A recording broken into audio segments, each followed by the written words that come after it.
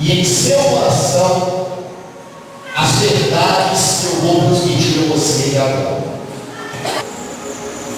Eu até compreendo que muitas pessoas ainda têm uma certa dificuldade de entender quando nós falamos da maneira de Deus agir na vida do ser humano como Jeová Jireh. Pessoas de outras denominações, pessoas de outras igrejas, talvez essa seja até a dúvida de algumas famílias aqui representadas, porque as pessoas podem dizer assim: pastor Ronaldo, eu já ouvi o senhor mesmo dizendo que Deus é Jeová Rapha, o Deus que sabe. E em uma outra ocasião, em uma outra oportunidade, eu até me lembro que o senhor dizia que ele era Jeová Shalom, o Deus que traz a paz. E agora o senhor veio dizer que ele é Jeová Jireh. Ora, pastor, afinal de contas, são então vários deuses? Diga assim: há um só Deus. Diga assim: há um só Deus e um só Senhor. Olha para mim. Entretanto, Deus ele pode agir de várias maneiras diferentes. Isso acontece comigo e com você. Quem está falando com você aqui agora é o Ronaldo pastor. Mas todos os dias, ou melhor, de segunda a sexta-feira, de 7h30 da manhã até às 11h10, eu sou o Ronaldo aluno. E quando eu saio da aula, da escola, e tenho que passar no banco para poder fazer algum serviço bancário, quando eu passo por aquela porta giratória, eu não sou o Ronaldo pastor e não sou o Ronaldo aluno. Lá dentro do banco eu sou o Ronaldo cliente. E se eu saio do banco por uma repartição pública, eu sou o Ronaldo cidadão. E quando eu chego dentro de casa, eu sou o Ronaldo esposo e sou o Ronaldo pai. E quando eu vou à casa da minha mãe ou à casa de meu pai, chego lá, não sou o Ronaldo pai, não sou o Ronaldo esposo, nem pastor, nem cliente, nem cidadão. Mas quando eu chego lá, eu sou simplesmente o Ronaldo filho.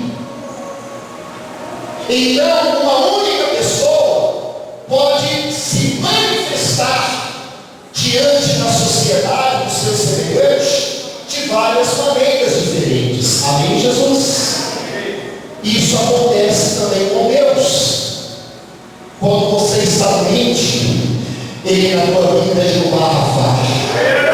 Mas quando você está precisando de paz, muda o nome dele, porque Ele vai agir na tua vida como Jeová Shalom, o Deus da paz. E se você estiver uma batalha, uma guerra, muda o nome dele, porque Ele será Jeová Sabaoth, o Senhor dos exércitos. Mas se você precisa de provisão e prosperidade, é o nome dele, Jeová Jireh, porque Ele é o Deus que prospera. Diga glória. Deus ele é um, mas Ele pode se manifestar de várias maneiras diferentes. A verdade é que para você ver o agindo da sua vida como Jeová Jireh, é necessário que você pratique pelo menos 4 atitudes muito importantes que você precisa aprender se você quer ver Deus agindo como Jeová Jireh na sua vida. A primeira atitude que você precisa praticar para Deus agir como Jeová Jireh na sua vida: você precisa acreditar que Ele é especialista em agir nos desertos da vida. Agora, não ande, evite de sair com esse, entender celular nem pensar. E põe os silenciosos e olha, presta atenção. A Bíblia Sagrada ela fala que o povo hebreu saiu do Egito depois de 400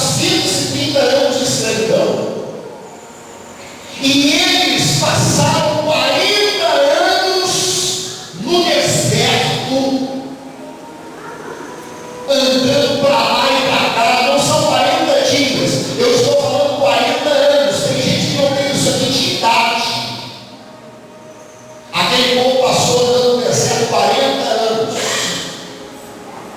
O que faltou para o povo do deserto? O que faltou para o povo hebreu no deserto nesses 40 anos? Faltou água no deserto? Faltou pão no deserto? Faltou roupa? Faltou sombra? Faltou calor? Faltou igreja? Responde para mim, o que é que faltou para o povo do deserto durante 40 anos?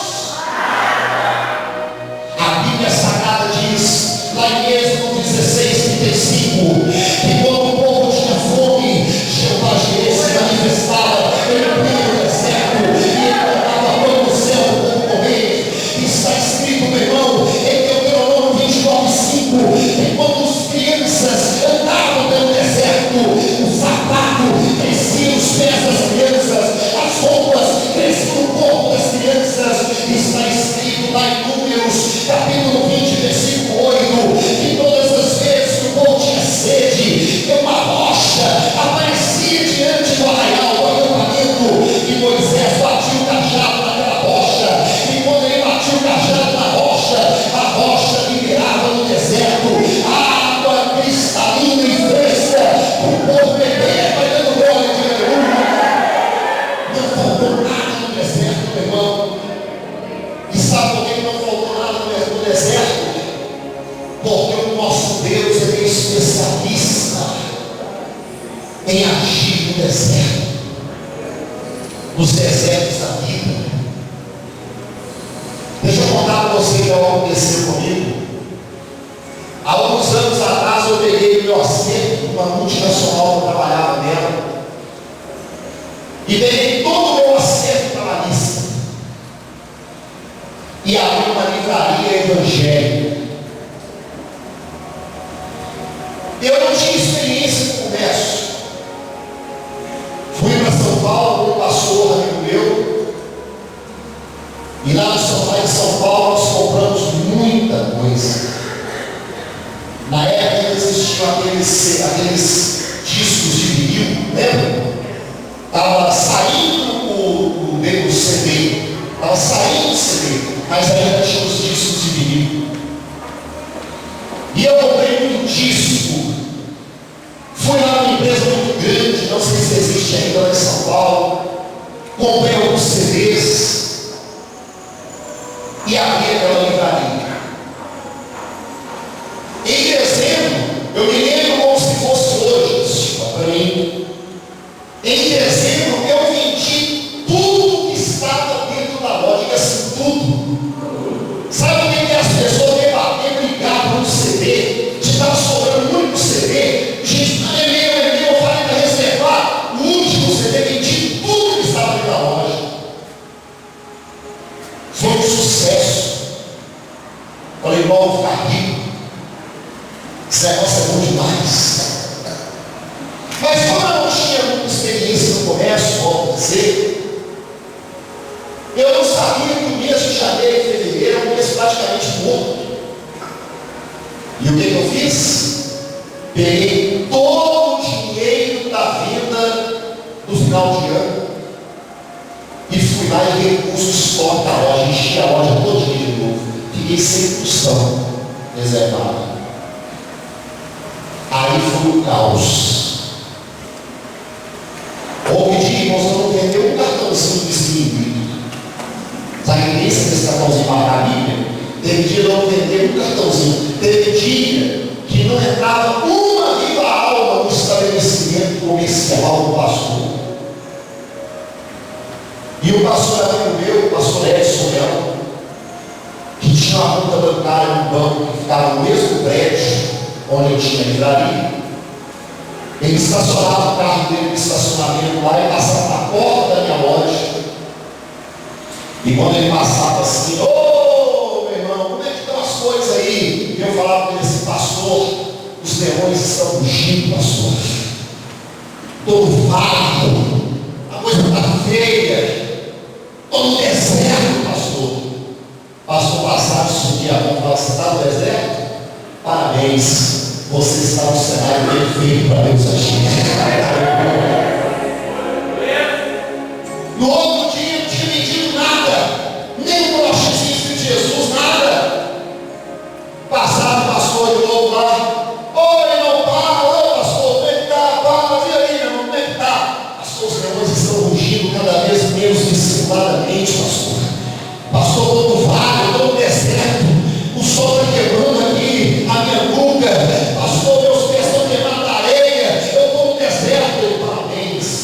Você está no cenário perfeito para Jeová Jireh agir. E eu entendi aquilo, porque eu falava assim, meu Deus, olha a situação que eu estou, e esse homem passa aqui e fala que eu estou no cenário perfeito para ele agir. Sabe por quê, meu irmão? Porque Deus, ele gosta de agir. É a hora que o homem diz assim, as minhas chances acabaram, as minhas soluções, os meus planos acabaram, eu agora estou rendido, entregue aos teus pés. Aí Deus fala, deixa comigo, porque agora o especialista vai agir, o especialista vai agir. Chegou o ponto de eu já estar com 2 meses de aluguel atrasado, o material lá, e eu entregar a loja sem ter o combinado, entregar a loja. E naquela manhã eu estava orando, falava, Deus, como é que pode? O irmão passou aqui e falou que todo cenário perfeito só agir, e nada. Enquanto eu estava orando lá, a porta da loja fechada, eu escutei lá batendo no vidro da porta. Quando eu cheguei lá de fora, tinha 2 irmãos lá fora. Os dois já estavam olhando com a cara fechada no outro. Eu falei, pois não.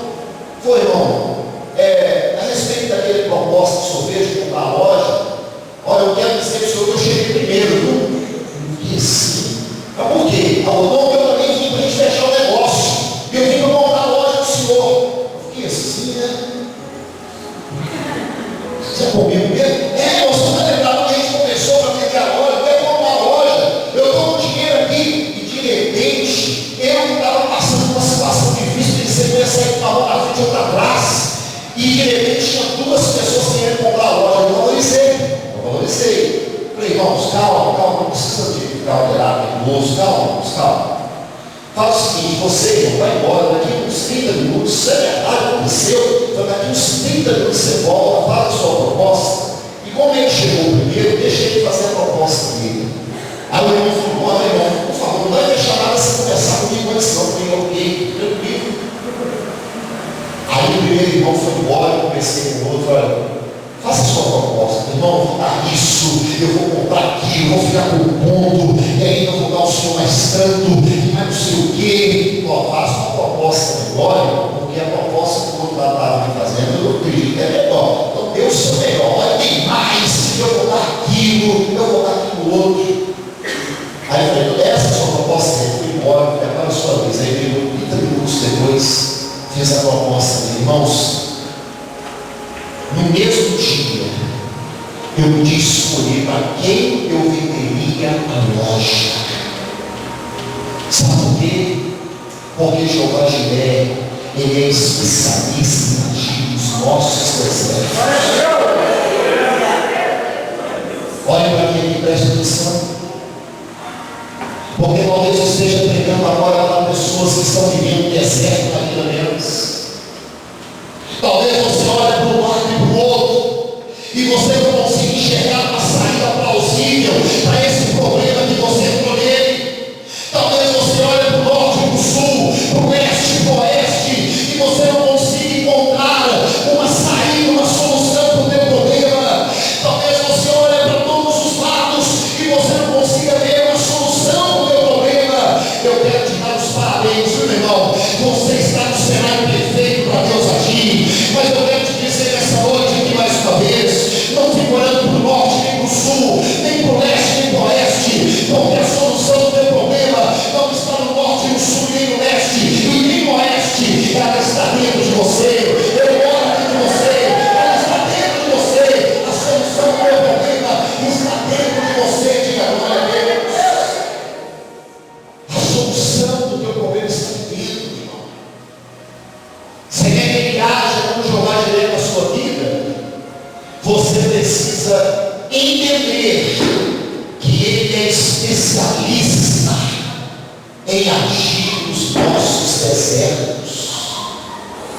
Ele é especialista em agir quando nós olhamos para a situação e ela não agiu. Sabe qual é o seu problema? É que você talvez nunca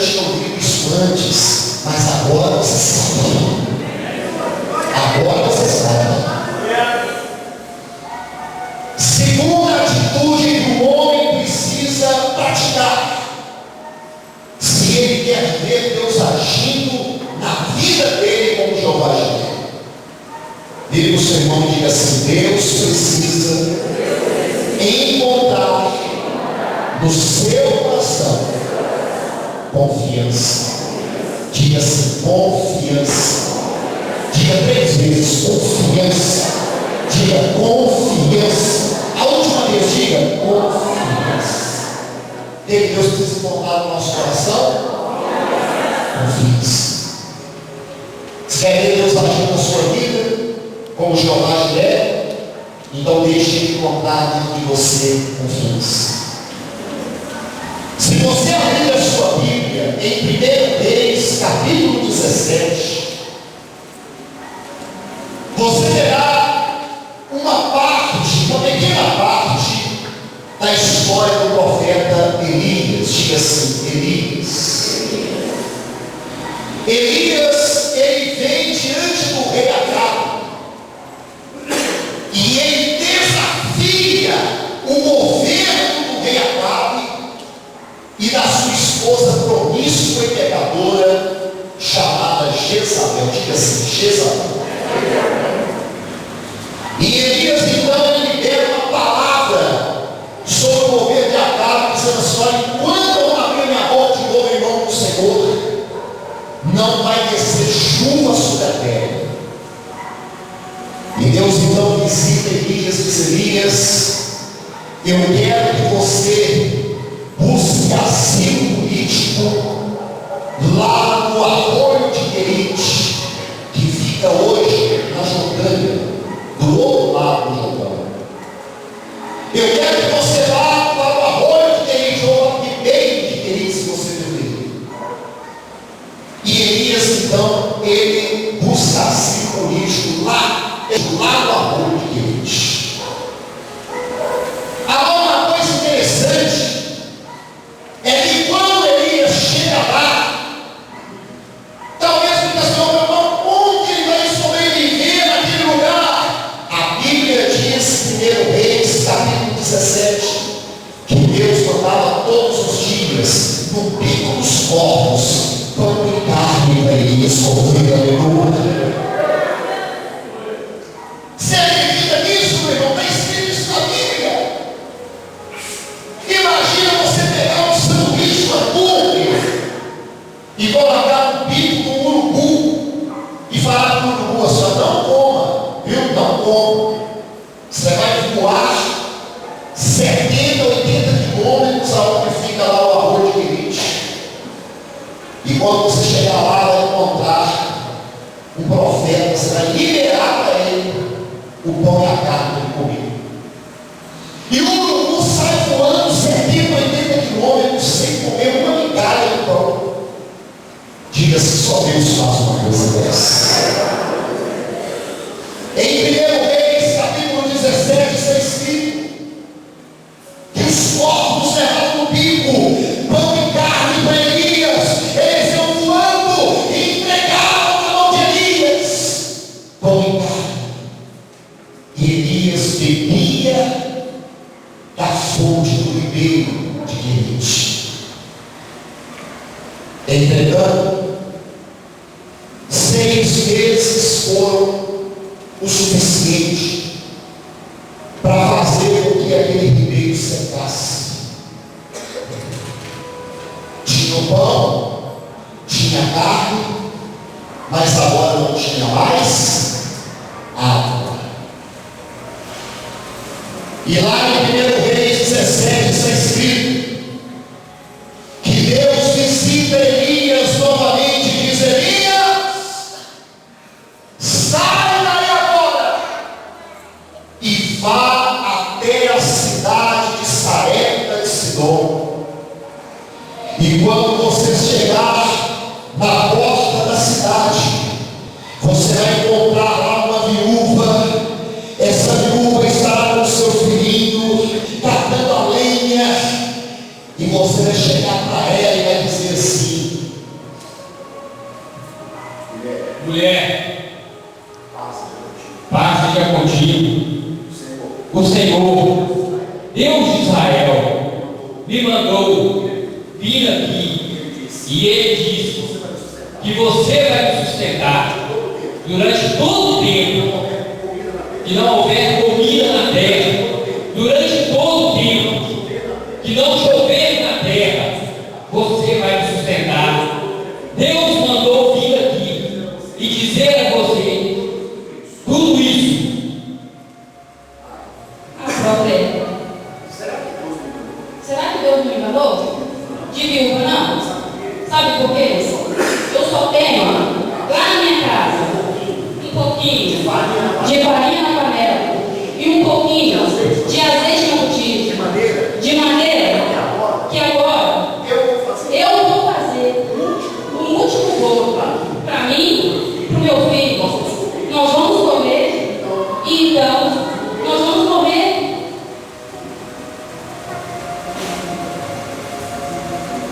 Satanás já tinha escrito no coração e na mente dessa viúva um projeto de morte para ela.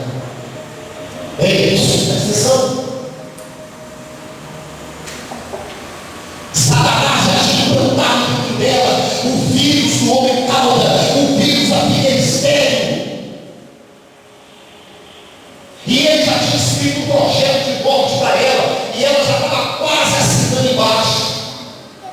Leia a Bíblia, ela fala assim: olha, eu só tenho um pouquinho de farinha na panela, eu só tenho um pouquinho de azeite na botija, nós vamos fazer o último bolo, eu e meu filho vamos comer, e então nós vamos morrer.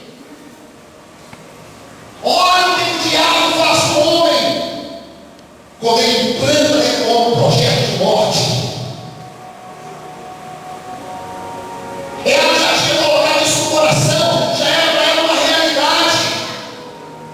Mas o homem de Deus disse: mulher, Satanás colocou dentro do teu coração um projeto de morte, mas eu saí do lado da rua de Elite para te dizer que Deus tem um projeto de vida para você e para o seu filho, para você e para o seu filho, para você e para o seu filho.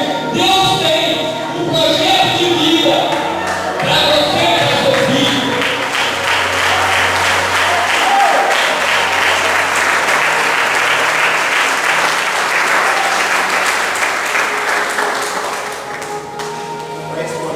Para esse projeto se cumprir, é necessário uma única coisa: confia, confia, confia, tenha confiança.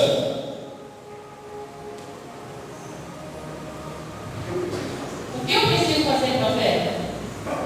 Para provar que eu confio. Você vai pegar aquela farinha, aquele azeite e vai fazer o bolo, não para você e nem para o seu filho, mas você vai fazer primeiro para mim. Você confia? é aquela viúva. Ela tirou de dentro de si a última gota de confiança que ela poderia ter em Deus. Ela vai na casa e ela pega o azeite. Ela derrama o azeite na farinha. E ela começa a amassar aquela farinha.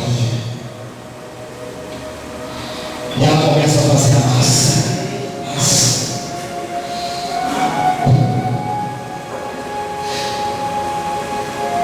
E a maneira que ela vai amassando a massa, ela vai lembrando: meu Deus, isso é tudo que eu tenho, é essa farinha, esse azeite.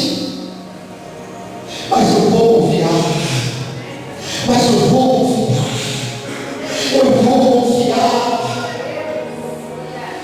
E quando finalmente a massa pega consistência, ela vira para o profeta e fala: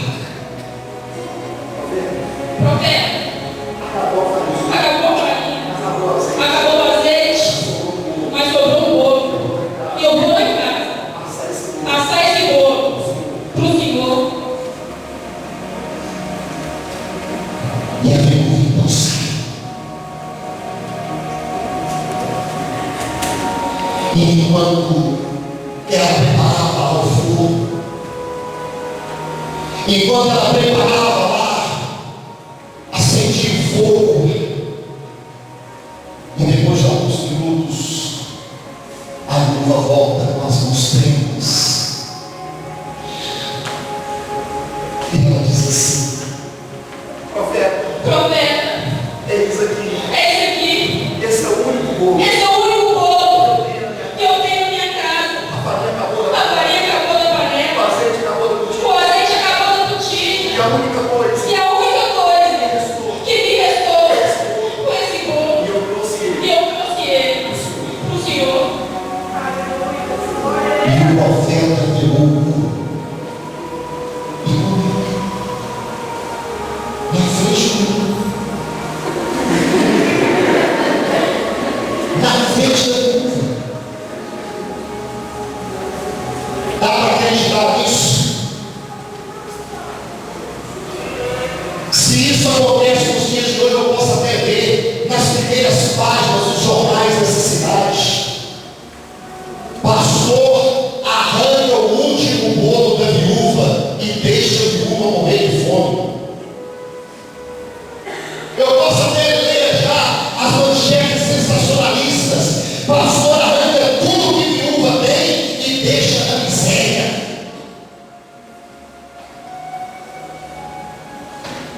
Mas aquela mulher, ela acreditou, ela confiou, ela deixou Deus encontrar dentro dela um sentimento cada vez mais escasso no coração do ser humano: confiança.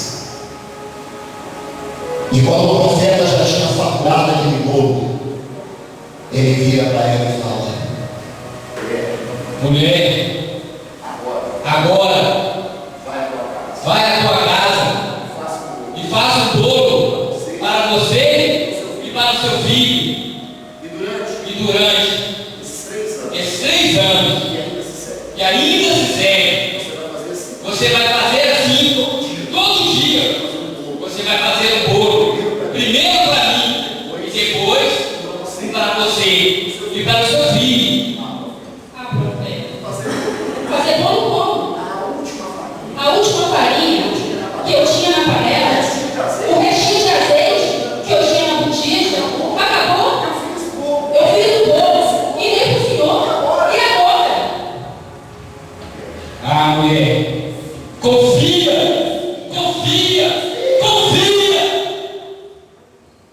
E aquela mulher saiu de lá e foi até a sua casa. Mas quando ela entrou lá dentro, ela não podia acreditar. Milagre! A panela estava transformando em farinha. E a botija transformando em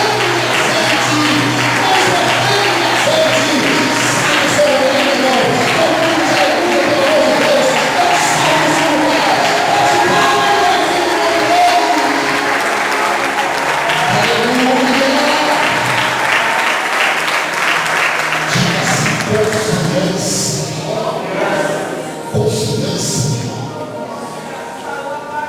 Você precisa confiar.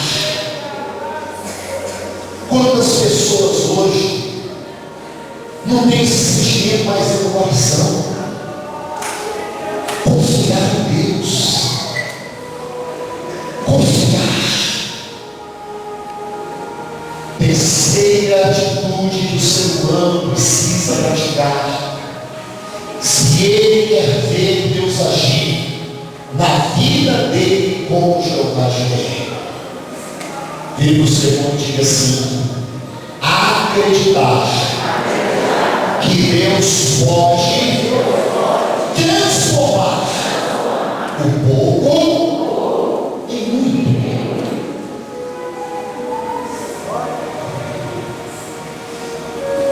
João capítulo de número 6 diz que Jesus estava lá pregando para as pessoas, tendo a sua voz impulsionada pelo silêncio das águas do mar da Galileia. E de repente os discípulos eles chegam para Jesus e dizem assim: mestre, o povo está com fome, desperta dispensa o povo para que eles vão até a cidade comprar o que comer. E Jesus então ele olha para a multidão, mais de 25 mil pessoas, só homens eram 5 mil, mais de 25 mil pessoas. E Jesus então fala para o povo assim: assenta aí todo mundo na grama que nós vamos lá comer para vocês. Aos discípulos chegaram e Senhor, Senhor, o Senhor está doido, Senhor. O povo é muita gente, de 5 mil pessoas. Como é que nós vamos fazer para dar comida para esse povo todo? Aí Jesus falou para os discípulos assim: vocês mesmos vão dar algo para isso. Os discípulos fazem a primeira convenção lá na margem do Mar da Galileia e falam: meu Deus, Jesus ficou louco. Tem gente desmaiando de fome aí, tem gente que vai comer um boi. E Jesus fala para a gente mesmo, para esse povo que comer, nem se nós trabalharmos um ano inteiro, nós vamos ter dinheiro para dar comida para esse povo todo. Aí os discípulos, um dos discípulos tem uma grande ideia. Ele fala assim: vamos ver se nós conseguimos no meio do povo alguma coisa para poder dividir. De repente, um traz aí um pouquinho, outro pouquinho, a gente faz um mexidão, dá para todo mundo e fica todo mundo satisfeito. Quando eles começaram a procurar no meio do povo algo para comer, só cesto cheio, só cesto vazio, eles encontraram 12, rapidinho, 12 cestos vazios, foi rápido, foi assim. Mas algo para comer, a única coisa que eles encontraram, escute, no meio de 25 mil pessoas, a única coisa que eles encontraram: 5 pãezinhos de cevada e 2 peixinhos. O que eles encontraram no meio da multidão? 5 pães e 2 peixes. Aí pegaram o menino com 5 pães e 2 peixes e trouxeram para Jesus. E lá em João 6 diz que os discípulos chegaram para ele e disseram: Senhor, tem aqui um menino com 5 pães de cevada e 2 peixinhos. E olha a bobagem que esse obreiro fala. O obreiro abre a boca e fala assim: mas o que é isso diante de uma grande multidão? Olha o que esse obreiro falou, a besteira que ele falou. Nós temos aqui 5 pãezinhos de cevada e 2 peixinhos, mas o que é isso diante dessa grande multidão? Quantas pessoas davam aquilo que tem nas mãos assim, né? Com desprezo, com desdém. Quantas pessoas pegam o salário dela no final do mês e falam assim: olha aqui o meu saláriozinho, essa micharia, que isso vale? Não vai dar para nada, isso aqui não vai dar para nada. Quantas pessoas olham para a empresa dela, está começando agora a empresa, e só porque a empresa não está correspondendo às suas expectativas, ela olha para a empresa dela, para o seu pequeno negócio, que começou na sua cozinha, no fundo do quintal da sua casa, e ela olha para aquilo que tem e diz assim: olha essa empresinha aqui, mas o que é isso diante das minhas necessidades? Mas quando o discípulo falou isso, dos 5 pães e dos 2 peixinhos do menino, Jesus pôs uma mordaça na boca do discípulo e ele disse assim: coloca na minha mão para você ver o que eles fazem. Coloca na minha mão para você ver o que eles fazem.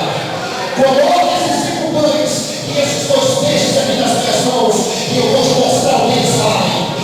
E quando colocar nas mãos de Jesus, quando colocar nas mãos de Jeová Jiré, os 5 pães e os 2 peixes, ele levanta os 5 pães e 2 peixes aos céus.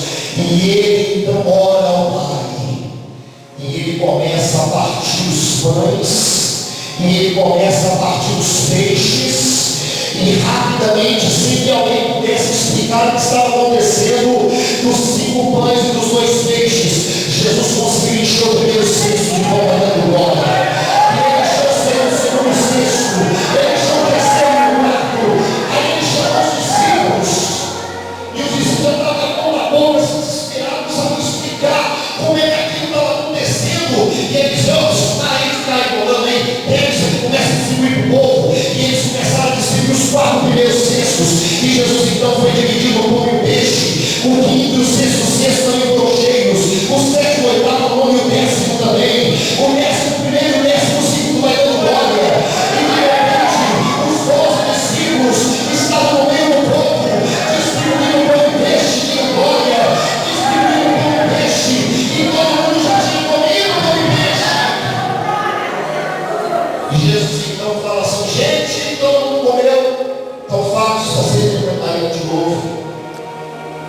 Os discípulos, por favor, recolham no chão os pedaços para que nada se perca.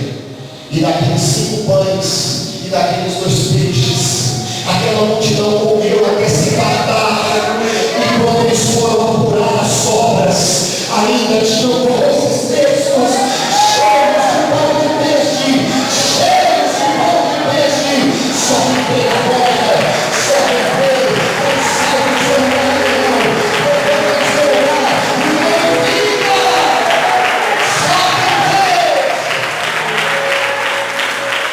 Pelo amor de Deus, você precisa acreditar, meu irmão, que o pouco nas mãos de Deus é muito. É isso. Olha para mim aqui, presta atenção. Sabe como é que você vai ver Deus agir na sua vida como Jeová é? Quando você parar de pagar o seu salário no diminutivo. Tem gente que é como aqueles discípulos. Senhor, temos aqui 5 pães de cevada e 2 peixinhos. Mas o que é isso diante de uma grande multidão? Leia a Bíblia. Temos aqui 5 pães de cevada e 2 peixinhos. Tem gente que quando olha no salário dela fala: meu salarinho. Aí eu vou entrar no meu carrinho e vou para casa, para minha casinha. Vou lá na minha empresinha e vou pegar com o meu funcionáriozinho lá para poder fazer o serviço. Você tem que parar com isso, irmão, pelo amor de Deus. Quando você olhar para o teu carro, chega lá fora e fala assim: esse aqui é o meu carrão, agora é a minha casona, o meu salário não. Sabe por quê? Porque nas mãos de Jeová Jireh, o pouco pode se transformar em muito.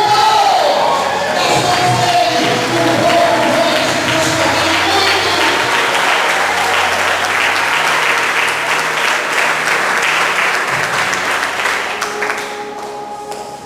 Eu fico lembrando, eu uma senhora que chegou aqui há alguns anos. Aí ela me procurou no gabinete pastoral e ela falou assim: pastor Ronaldo, eu vim aqui para pedir o senhor me isentar dos dízimos e das ofertas.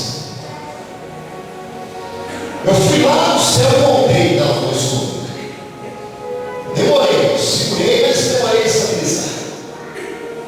Aí eu perguntei a ela: eu posso saber por quê? Aí ela falou assim: pastor, sou uma viúva,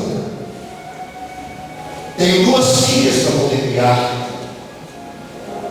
ganho um salário mínimo.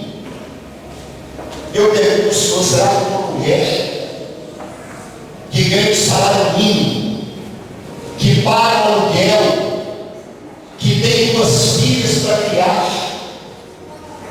pode ser dizimista ou ofertante fiel? Aí eu falei com ela assim: irmã, 2 coisas. Eu não posso isentar a senhora de algo que não fui eu que instituí.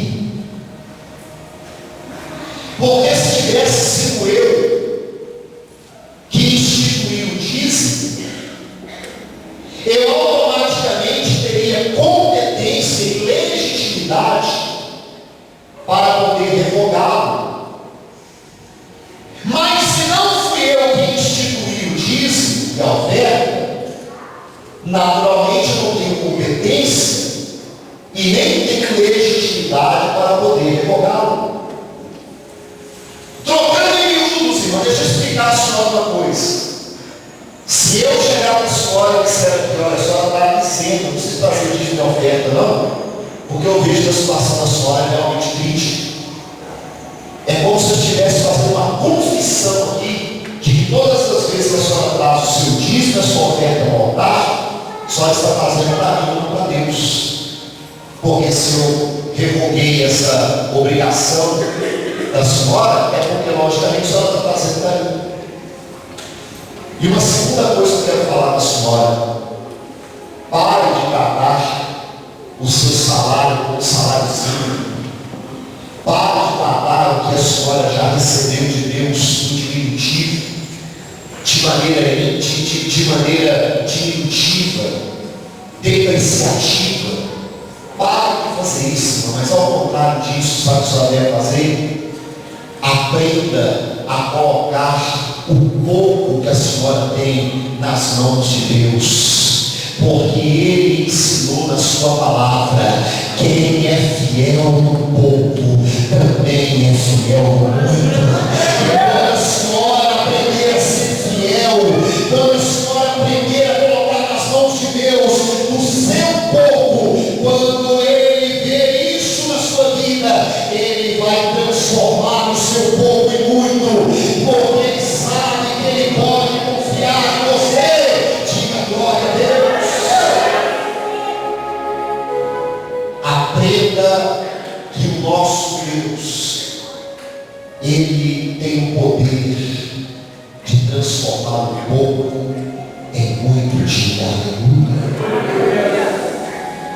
A quarta, última, mas não menos importante que as outras atitudes que o homem precisa tomar para que Deus venha agir na sua vida como Jeová Jireh. Diga-se: Deus precisa encontrar no seu coração uma fé sobrenatural. Diga ao seu irmão assim: uma fé sobrenatural. Pastor, o que é uma fé sobrenatural? Porque existem dois tipos de fé. Diga assim: a fé natural e a fé sobrenatural. Olha aí. A fé natural é aquela fé que funciona assim. Presta atenção. Ela funciona mais ou menos assim. É aquela fé que eu estou passando aqui, para mim, estou passando aqui, e eu deixo esse papel cair. Aí ele agindo, o direito chama isso de boa fé, ele viu eu deixando cair, ele abaixa para pegar o papel. Só que ele não percebe, ele nem sonha que eu deixei aquele papel cair. Na hora de abaixar para pegar o papel, eu vou, entendeu? Mas ele de boa fé, ele abaixa para pegar o papel. Essa é uma fé natural. A fé natural é aquela fé que quando a campainha lá na sua casa, o interfone toca, e a senhora atende lá dentro e fala assim: pois não? Aí vai a carteira. Aí a senhora vai movida por essa fé natural, e sem olhar no olho mágico do portão, a senhora vai e abre o portão, e de repente é uma pessoa com má fé querendo assaltar a sua casa. A fé natural, ela acontece quando você trabalha 30 dias no mês, e aí no quinto dia útil do mês, você vai ao trabalho com a fé natural, a expectativa de chegar lá e receber o seu salário. Mas isso nem sempre acontece. Mas você exerce essa fé, porque é uma fé natural. É uma fé que você aplica todos os dias. Essa fé todos nós temos. Essa fé nós praticamos involuntariamente. A cada minuto nós praticamos essa fé. É a fé natural. Mas a fé que leva Jeová Jireh a agir na vida do homem, é uma fé que transcende a fé natural.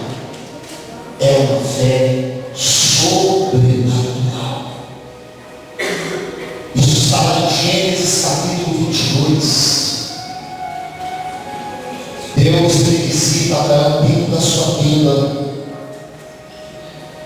E ele diz a Abraão assim: Abraão, pega meu filho, teu único filho, Isaque, e leve as terras de Moriá.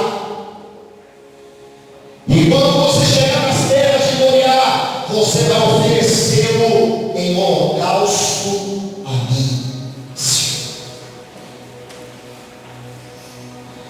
Abraão se levanta naquela madrugada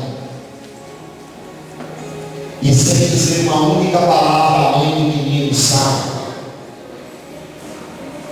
Algumas pessoas dizem assim: pastor, por que o Abraão começou com a esposa dele a respeito do menino? Por que o Abraão não falou a respeito do que Deus pediu?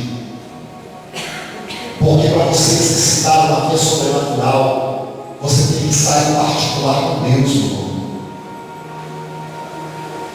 Tem gente que assim, às vezes Deus quer uma fé sobrenatural nele.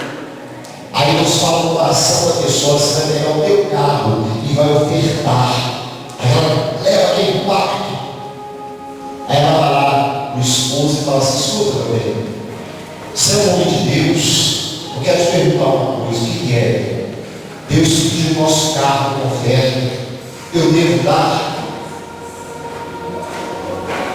Deus às vezes desafia aquela pessoa para ela exercitar uma fé sobrenatural no altar. E Deus fala: não, pastor, Deus fala no coração dela. Você vai pegar o seu salário todo, colocar no altar como uma oferta para Deus. Aí ela corre lá e pergunta para o amigo, ela pergunta para a manicure, para a pedicure, para a cabeleireira. E às vezes as pessoas que elas consultam são até homens e mulheres de Deus. Quem está entendendo, diga amém. São até homens e mulheres de Deus. Mas por que elas dão uma resposta negativa? Por quê, pastor? Porque Deus não pediu que foi para elas.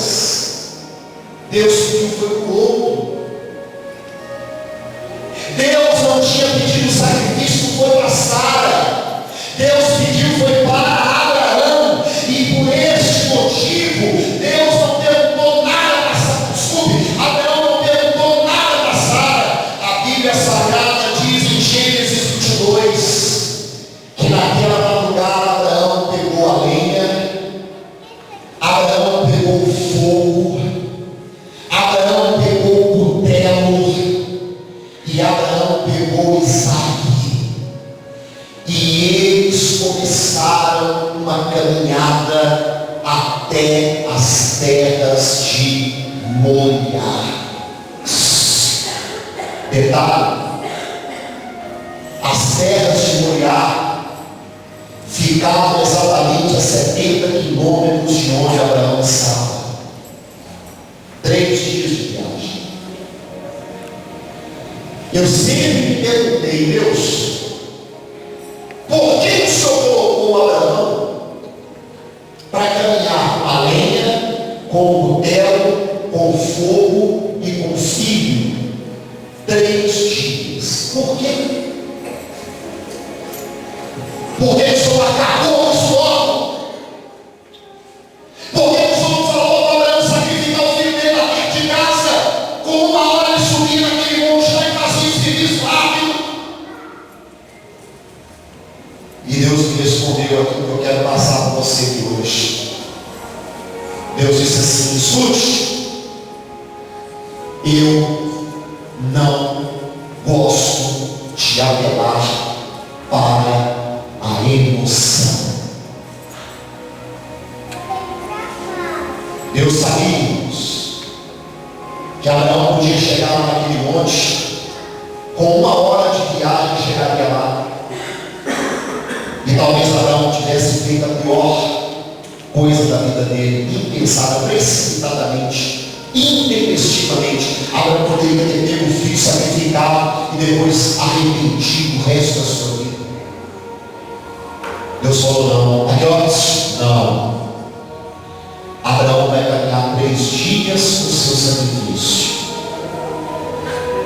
para pensar bem o que ele está fazendo. Eu não quero depois que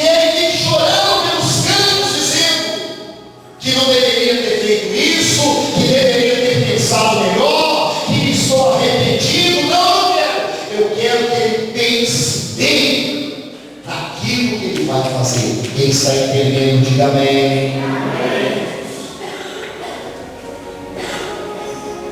Uma vez eu ouvi de um delegado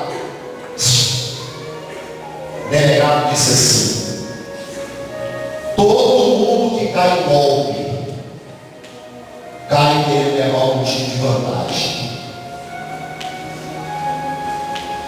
Todas as pessoas que caem em golpe, na verdade, eles estavam querendo se dar bem.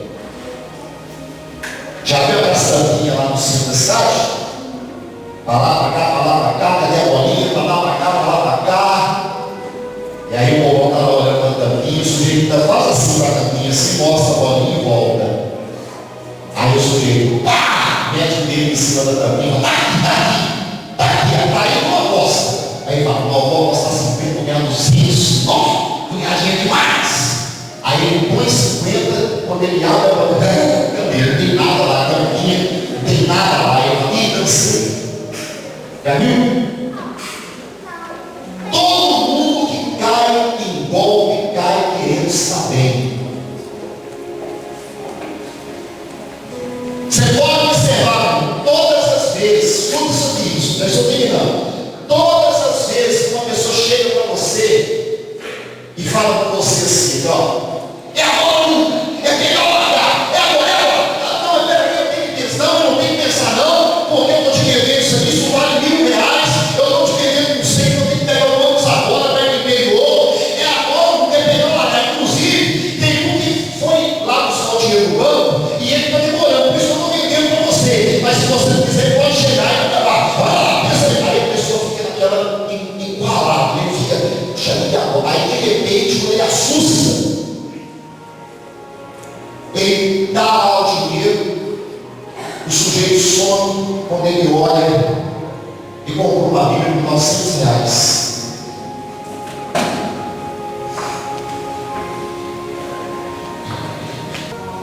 Quando ele assusta, ele caiu no golpe. Viu, o Senhor diga assim, Deus não gosta disso. Deus virou para Abraão e disse assim, agora você vai caminhar 3 dias.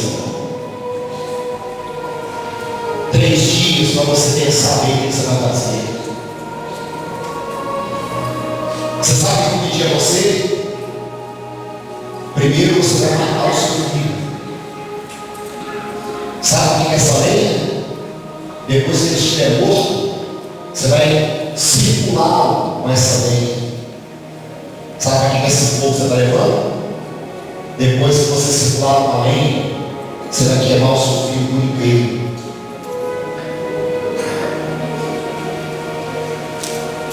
Sabe qual foi a oferta que Deus pediu para Abraão? Leia na Bíblia, por favor, a oferta de holocausto. E sabe o que significa a palavra holocausto? Holocausto é a fusão de 2 palavras: queimar por inteiro, queimar inteiramente.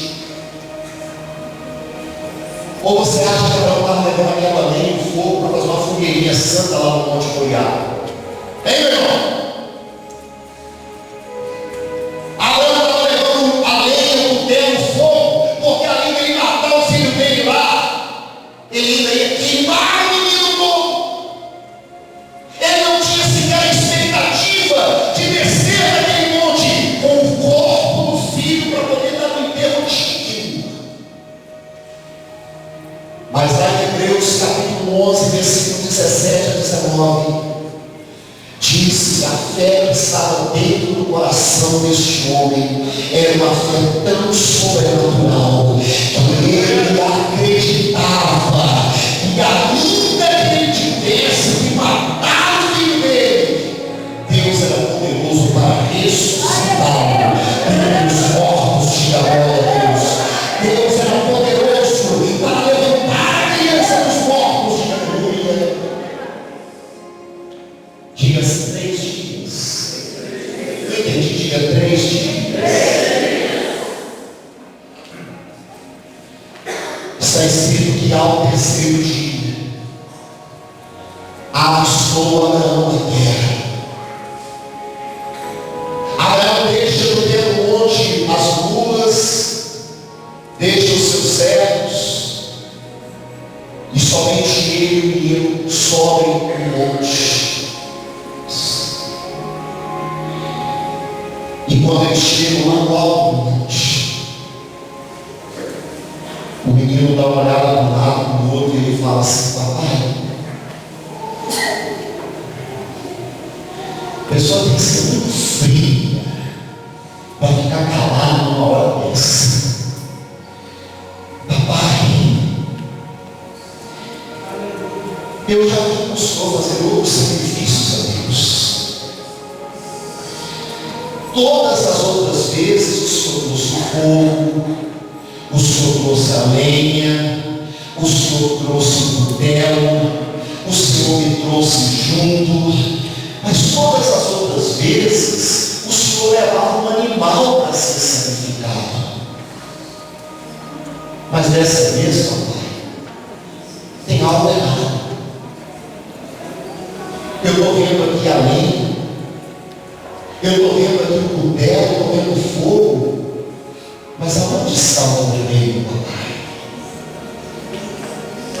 E pela primeira vez, Deus é chamado de Jeová Jireh na Bíblia. Abraão vira para o filho dele e diz assim: filho, Deus proverá para si o cordeiro, filho. Deus proverá.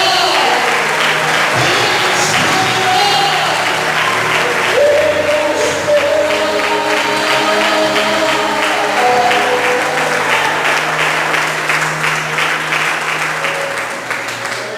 Eu não vou falar em hebraico aqui agora não, mas quando Abraão pergunta, quando o menino pergunta para o pai: pai, está aqui fogo, está aqui além do cutelo, mas aonde está o cordeiro, pai?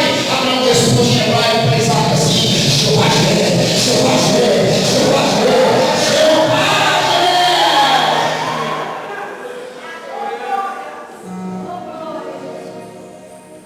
Ele finalmente deita o menino. Ele coloca o fogo de lado. Ele deita o menino no altar.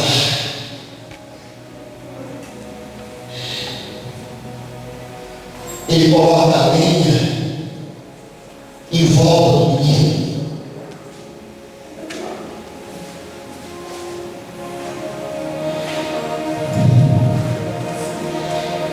E ele finalmente levanta o cutelo para imolar o próprio filho. Quando Abraão levanta o cutelo para imolar o próprio filho, irmãos, ele mal podia acreditar naquilo que os seus ouvidos estavam ouvindo. Ele ouve no Monte Moriá o som mais lindo dos seus ouvidos naqueles 115 anos de agir. Ele ouve no Monte Moriá, aleluia, um som mais lindo do que a nona sinfonia de Beethoven. É um som mais lindo do que as notas, as 7 notas musicais já puderam construir sobre a face da terra. O som que Abraão ouve lá no Monte Moriá é um som mais lindo do que o coral dos anjos aqui no glória. O som que Abraão ouve no Monte Moriá, eu chamo este som de a sinfonia do Moriá. A sinfonia de Moriá começa a tocar no monte, e quando Abraão começa a levantar o cutelo para imolar o filho,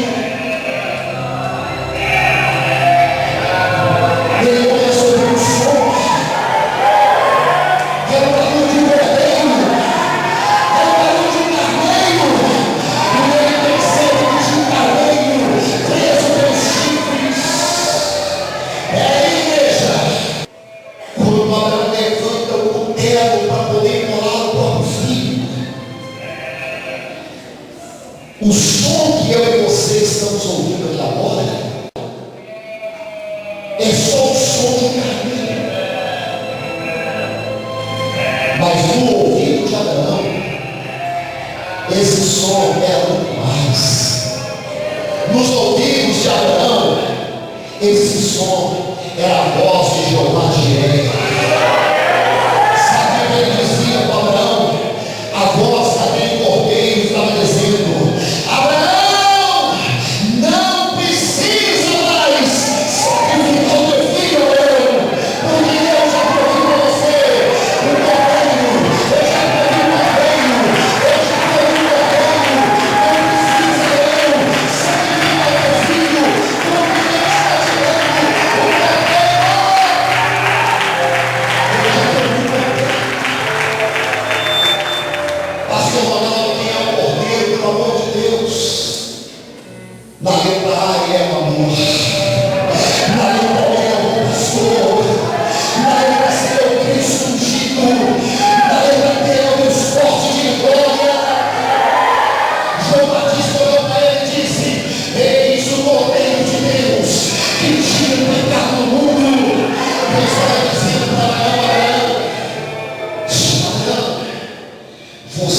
Você não precisa sacrificar o teu filho, porque eu estou provendo para você o cordeiro.